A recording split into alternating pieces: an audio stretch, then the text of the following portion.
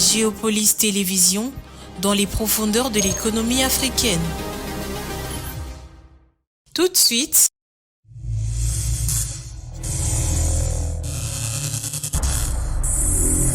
le journal.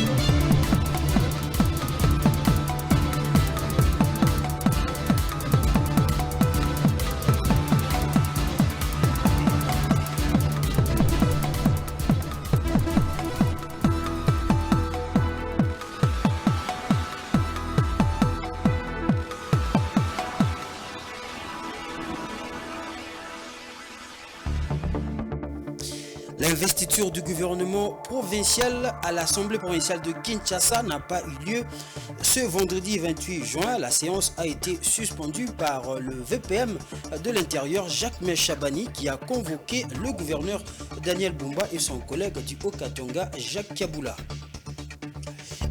Et puis à l'international, l'Angola, l'exécutif national vient d'approuver l'augmentation de salaire minimum national, une décision qui vise à accroître le pouvoir d'achat des Angolais.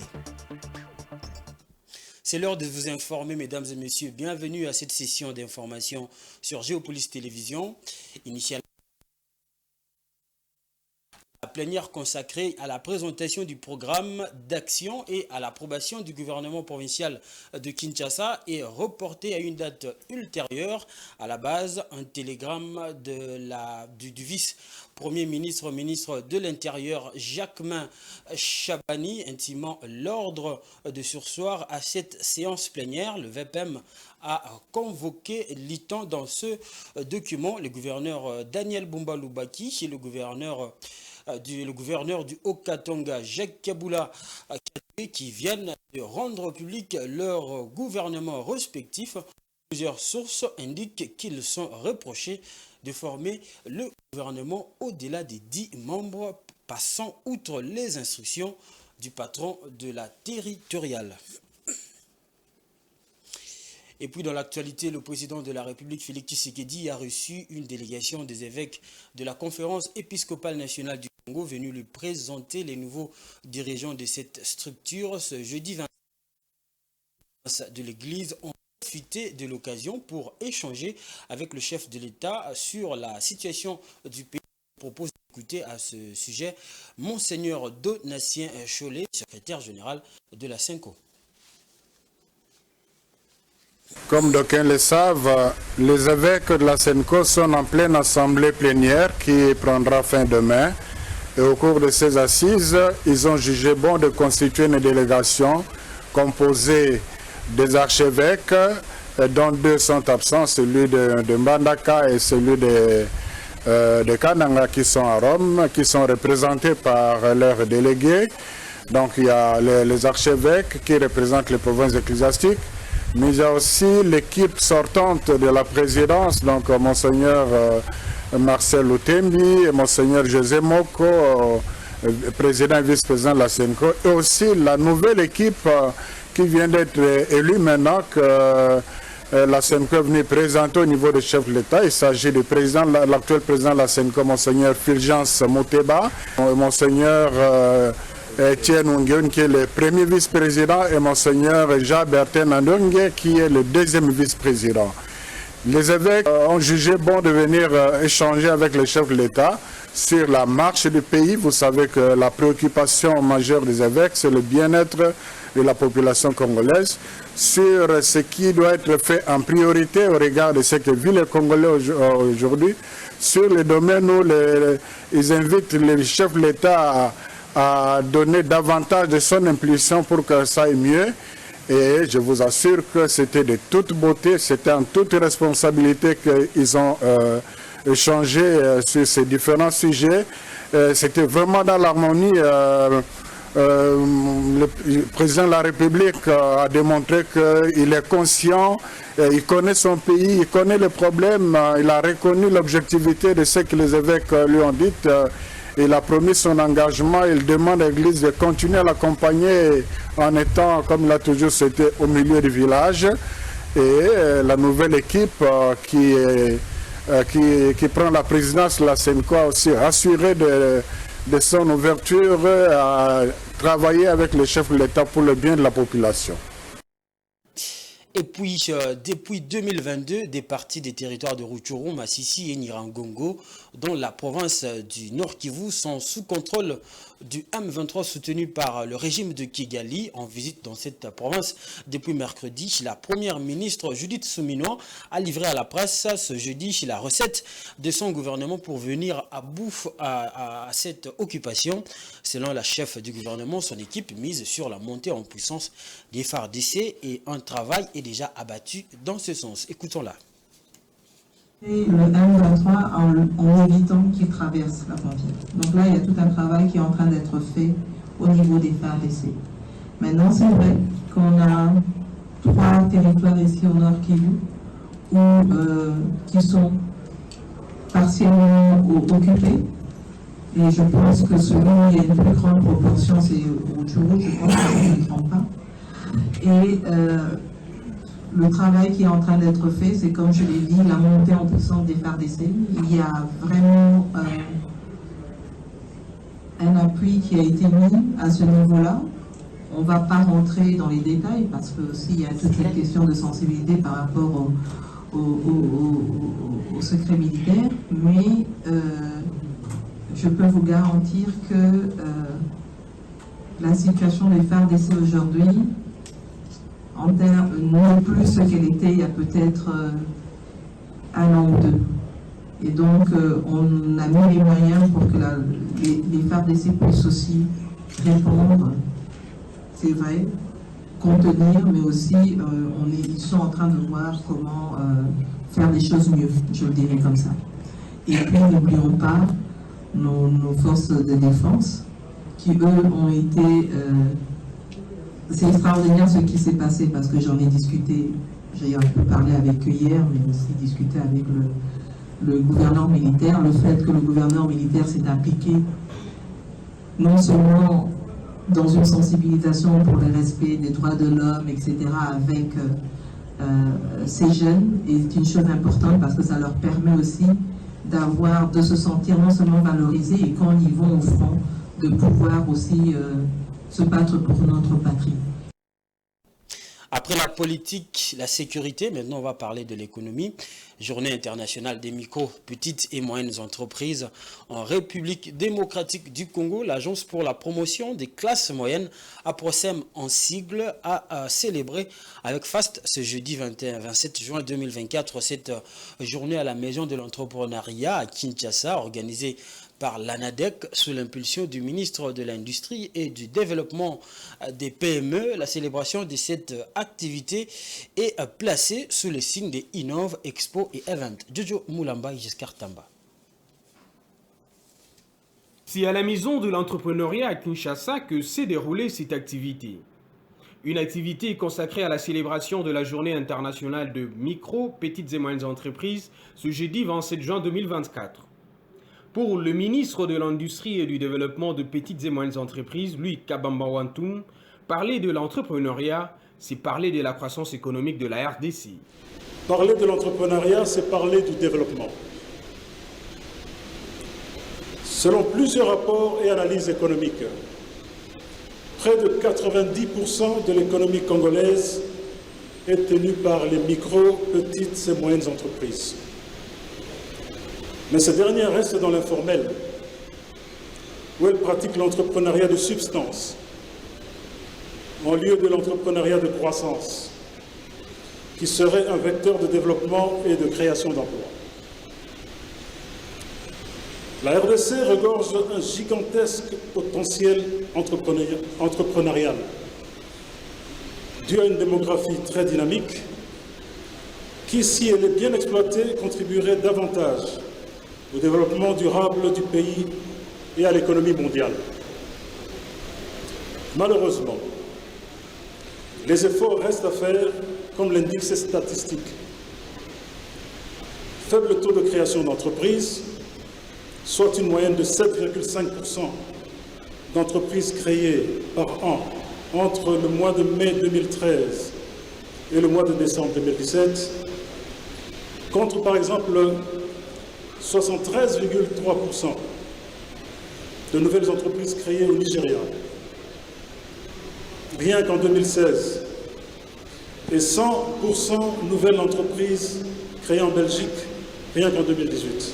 L'Agence pour la promotion de classe moyenne APROCEM a pris une part active à cette célébration dénommée Innov Expo Event 2024, présentée par l'ANADEC. Son directeur général Pascal Tchello s'est dit heureux et a encouragé le développement de l'entrepreneuriat en RDC qui doit favoriser l'émergence de classe moyenne. C'est dans la mesure où ces services de base à la communauté sont garantis que nous pouvons maintenant commencer à faire la promotion des classes moyennes. Parce que ces classes moyennes sont des classes d'abord qui ont déjà accès à ces services.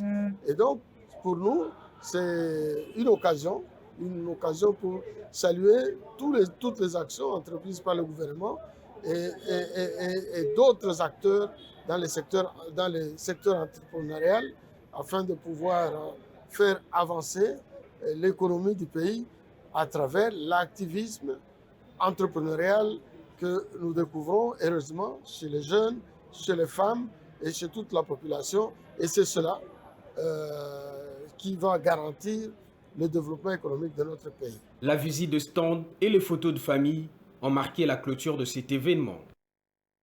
Et dans le même registre, le projet d'appui aux micro, petites et moyennes entreprises, PADEM-PME, démarré depuis le 22 octobre 2019, a pris fin ce jeudi 27 juin 2024 pour jour dédié à la célébration mondiale des micro, petites et moyennes entreprises. Cet événement a permis à cette structure de mettre en lumière les champions, à savoir les entrepreneurs à succès qu'elle a accompagnés. Reportage de Mouma Testani Samba. 27 juin, le monde a célébré la journée mondiale de micro, petites et moyennes entreprises. Quant à Kinshasa, la ville a célébré ses champions. Mieux, les entrepreneurs les plus performants ayant bénéficié d'un accompagnement dans le cadre du projet d'appui au développement des micro, petites et moyennes entreprises, PAD-MPE. Les formations et l'accompagnement paraissaient longs, mais sur terrain, on s'est rendu compte que tout ce qu'on a appris a une applicabilité. Un an après la formation, j'ai atteint un niveau plus élevé. J'ai réfectionné mon imprimerie qui est juste à tomber. J'ai ajouté des matériels, les triples de ce qu'on m'avait donné chez Copa. Et PADEM-PME nous a permis, nous, de passer à l'échelle. Parce qu'avant PADEM-PME, nous avions été que au Congo. Vous avez vu comment le programme PADEM-PME nous a accompagnés. Moi, je crois en ce pays. Je crois que notre pays, par ce genre de programme, peut faire la différence et changer le narratif. Le Made in DRC prend corps et les coordonnateurs du PAD-MPE s'est permis même cette blague. Je suis tenté d'y aller de ma sauce poétique pour prolonger la cadence entamée en évoquant le parfum, la rose de Yannick Kimanouka, ça c'est à Goma, sapé dans mon costume sur mesure de chez Barouvi, jeune entrepreneur, avec les chaussures en cuir signées Triomphe, entrepreneur de Goma, accompagné de mon épouse drapée dans cette magnifique robe, les mags, ça c'est à Goma aussi. La Banque mondiale qui a financé ces projets plaide auprès du gouvernement pour l'amélioration de l'environnement fiscal afin de permettre à ces entrepreneurs de ne pas retomber après leur succès. On a beau mettre en place tous les outils d'accompagnement, on a beau former, encadrer, coacher, fournir un coup de pouce financier à ces entrepreneurs.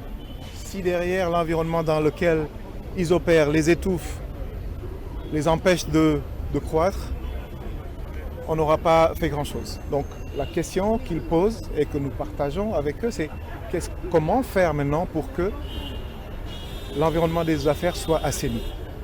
Nous sentons qu'il y a une volonté politique forte pour améliorer les choses.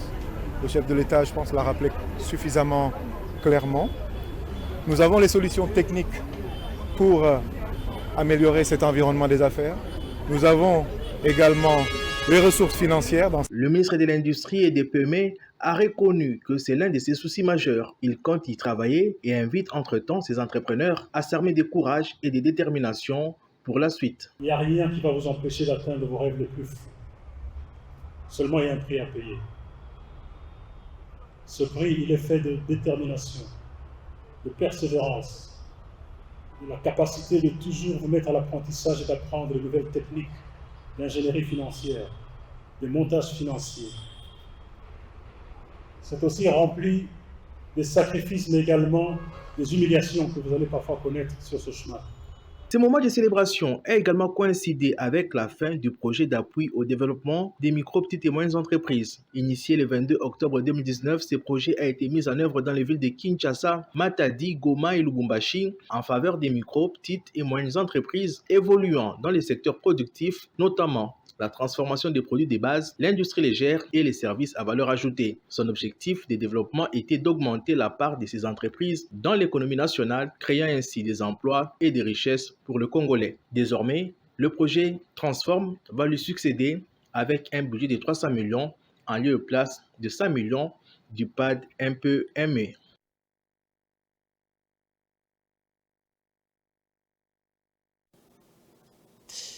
Avec la construction de nouvelles unités de traitement d'eau et l'agrandissement d'autres, le taux de la desserte en eau en RDC est passé en mars 2024 de 30 à 36% à l'espace d'une année, a appris chez Géopolis Télévision des sources administratives.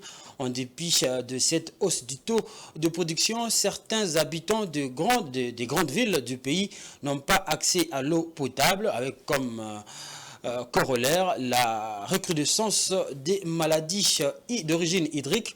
C'est le cas notamment de Kolwezi, chef-lieu de la province de Lualaba. Les miniers semblent avoir trouvé une solution à cette épineuse équation lors de la dernière édition de DRC Mining Week.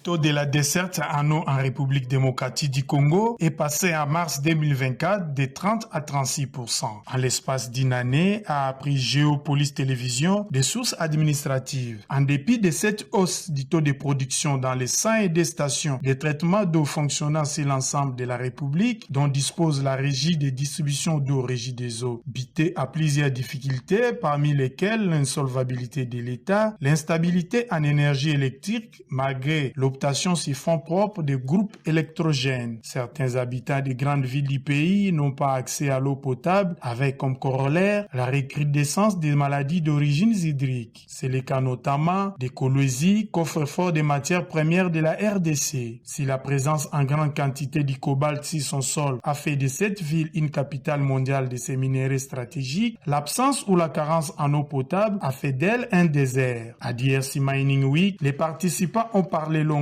des métaux stratégiques, de la fiscalité, du climat des affaires, de la transition énergétique et du déficit énergétique. Presque de tout, sauf d'une ressource dont on parle rarement. Il s'agit de l'eau, des carrières jetées dans la nature pendant que la population en manque. Des minéraux stratégiques, nous parlons de la transition verte, mais il y a une ressource dont nous ne parlons pas assez, c'est l'eau.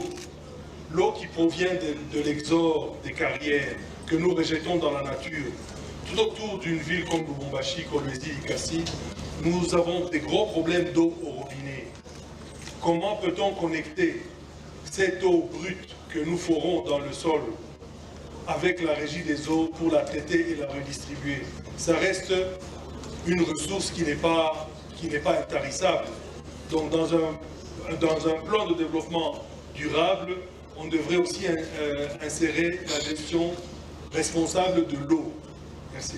Dans la province de Lualaba. À un cri répond un autre cri, dit-on. Dans la province de Lualaba, vous vous rendez compte qu'à côté de ces grandes sociétés minières qui font de la richesse, vous avez encore des personnes qui ont des bidons jaunes qui attendent pour aller chercher de l'eau. C'est un vrai problème qui se pose. Nous avons eu une discussion dernièrement avec le directeur général de la Régie des eaux sur le cas des Kolwezi justement. Nous allons réunir nos partenaires pour voir comment nous allons trouver des solutions ensemble pour éradiquer ces problèmes d'eau qui manquent dans la ville de Kolwezi. On ne peut pas payer des milliards dans un bureau et avoir la pauvreté devant sa porte. La responsabilité de servir l'eau revient à l'État. La Régie des eaux étant une société commerciale, ne gère que les actifs mis à sa disposition par le gouvernement de la République pour la desserte en eau potable à travers les pays, qu'on se le dise. On va quitter l'économie pour parler des médias. La presse congolaise évolue-t-elle dans un cadre légal répressif? La question a fait l'objet d'un débat lors d'un atelier organisé par l'ONG Journalistes en danger. Selon Joël Kadendanga, un journaliste congolais, contrairement à ce que plusieurs analystes pensent, la loi sur le statut et la pratique du métier de journaliste, dite loi Mouyaya, promulguée en mars 2023, est venue corser l'exercice d'un domaine déjà lourdement encadré par le code éthique et le code pénal. Joël Kadendanga a été interrogé ici par Patrick Ilunga. Je ne sais pas les avancées, c'est à quel niveau, peut-être au niveau comme les souligne très souvent Chivis. Les avancées, c'est peut-être lorsqu'on dit que le droit de réponse constitue en lui-même, ou le rectificatif constitue la réparation. Donc ce n'est qu'au niveau de infractions commises contre les droits d'autrui, les droits de personnes, les diffamations, injures, imputations dommageables. Mais en ce qui concerne les autres infractions, donc elles sont laissées à la merci ou à l'appréciation du juge ou du parquet.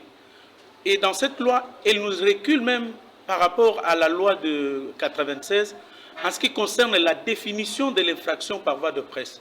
Ici, on dit atteinte, on attend par atteinte par voie de presse, tout comportement, tout acte commis par un professionnel de médias à l'occasion de l'exercice de sa profession. Donc, dans ces conditions-là, vous savez que dans notre pays, le journaliste est le seul citoyen le surjudicialisé. Ça veut dire qu'il peut être poursuivi en même temps pour ce que l'on appelle fautes professionnelles qui sont commuées, qui sont transformées, érigées en infractions. Il peut être poursuivi par le CESAC, par l'UNPC, au pénal, tout comme au civil. Donc s'il y a eu avancée, c'est par rapport aux réparations des dommages et intérêts. En ce qui concerne propagation de faux bruits, les autres infractions comme démoralisation des troupes au front, donc un journaliste peut se retrouver en prison tout simplement pour ça. Il y a une sorte d'épée de Damoclès sur la tête du journaliste, ce qui davantage nous éloigne en tout cas de la liberté de presse. Ce qu'il faut faire de la même manière qu'un député, à l'occasion de l'exercice de sa profession lorsqu'il est devant la tribune, est couvert des immunités et que pour qu'il soit poursuivi, il a les privilèges non seulement de juridiction, mais les privilèges de poursuite, on requiert l'autorisation de la plénière. Je crois qu'on peut obtenir également soit un moratoire sur l'arrestation des journalistes. Mesdames et messieurs, on va prendre maintenant la page internationale.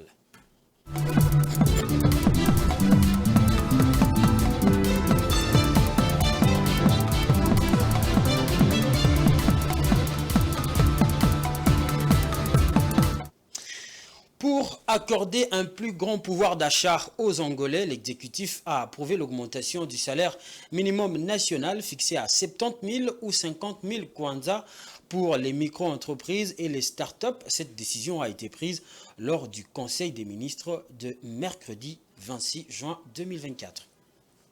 L'exécutif congolais a approuvé mercredi 26 juin 2024 l'augmentation du salaire minimum national pour accorder un plus grand pouvoir d'achat aux citoyens. La décision a été prise lors du Conseil des ministres tenu le même jour. Le salaire minimum national a été fixé à 70 000 et 50 000 kwanza pour les micro-entreprises et les start-up.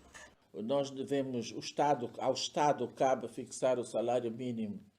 C'est l'État qui fixe les salaires minimums par rapport aux moyens disponibles qui ne déforment pas le secteur des affaires. C'est pourquoi nous avons eu un dialogue tripartite qui a été entendu. Les employeurs doivent appliquer la nouvelle mesure.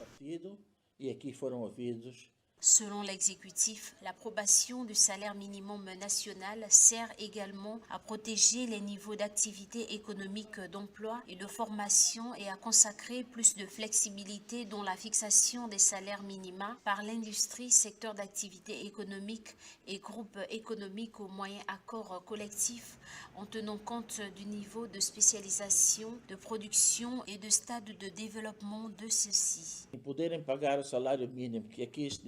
Toutes ces entreprises qui ont du mal à pouvoir payer les salaires minimums doivent informer.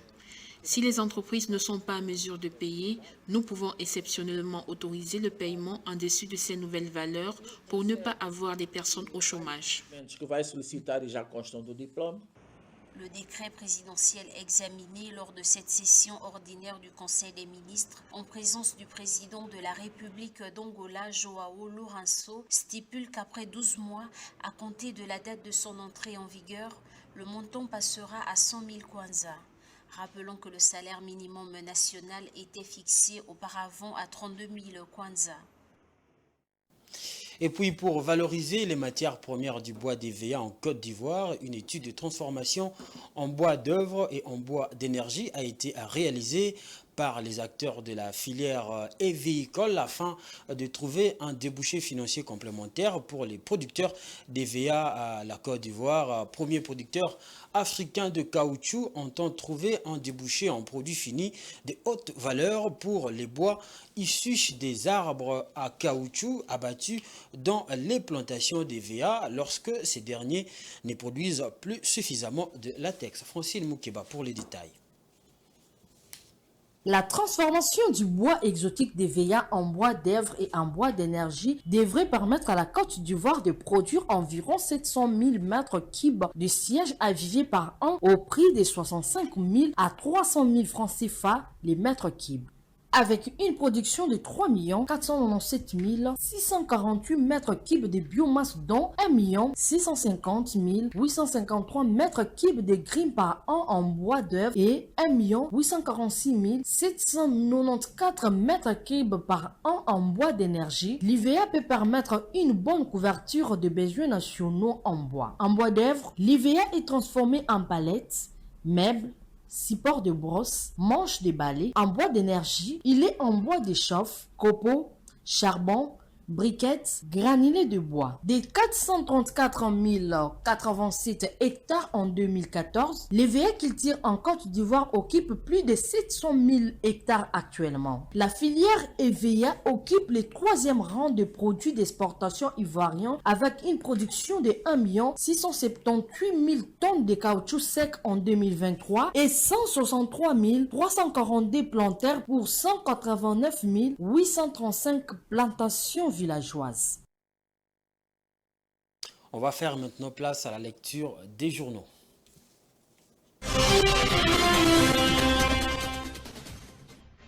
Bonsoir, ouvrons cette revue avec Econews. Le journal revient sur le voyage à l'est du pays de la première ministre et titre « À Goma, la première ministre Judith Suminwa émue par l'ampleur de la crise humanitaire dans l'est ». Pour sa première visite dans le Congo profond, la première ministre Judith Suminwa a choisi les 2 provinces meurtries de l'est, à savoir le sud Kivu et le nord Kivu. Si à Bukavu, chef-lieu de la province du sud Kivu, la présence de la chef du gouvernement a plutôt été protocolaire pour accompagner le désengagement des troupes de la MONUSCO. À Goma, dans le nord Kivu, la première ministre a vécu les drames qui s'abattent depuis quelques années dans cette partie du territoire national où des familles sont condamnées à l'errance par le fait d'une guerre injuste imposée à la RDC par le Rwanda de Paul Kagame. Je viens vous offrir un message d'espoir à lancer la première ministre, ici cité par Africa News. Le tri-hebdomadaire aborde un tout autre sujet et met en titre « Le procureur général passe à la vitesse supérieure dans l'affaire de surfacturation des stations de forage.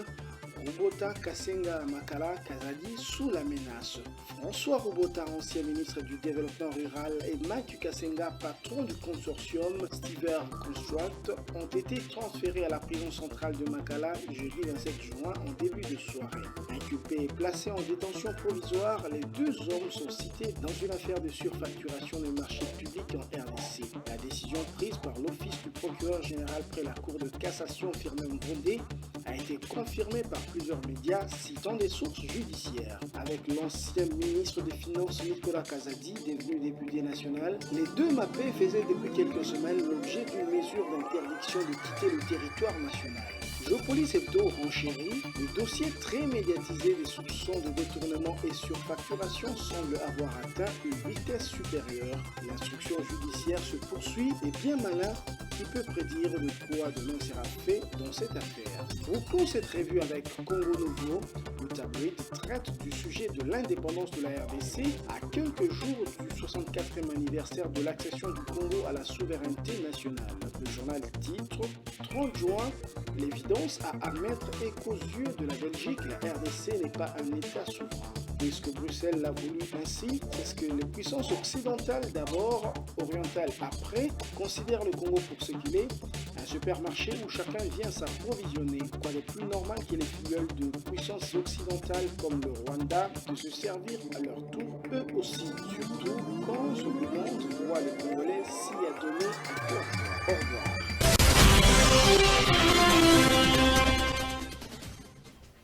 Vous l'avez compris, c'est la fin de ce journal, mais nous vous rappelons d'abord les titres. L'investiture du gouvernement provincial à l'Assemblée provinciale de Kinshasa n'a pas eu lieu ce vendredi comme prévu. La séance a été suspendue par le VPM en charge de l'intérieur, Jacquemain Chabani, qui a convoqué le gouverneur Daniel Bumba et son collègue du Haut-Katanga, Jacques Kiaboula. Et puis à l'international l'Angola, l'exécutif national vient d'approuver l'augmentation du salaire minimum national, une décision qui vise à accroître le pouvoir d'achat des Angolais. Voilà, c'est la fin totale de ce journal. Merci à vous, chers téléspectateurs, de l'avoir suivi. Au revoir.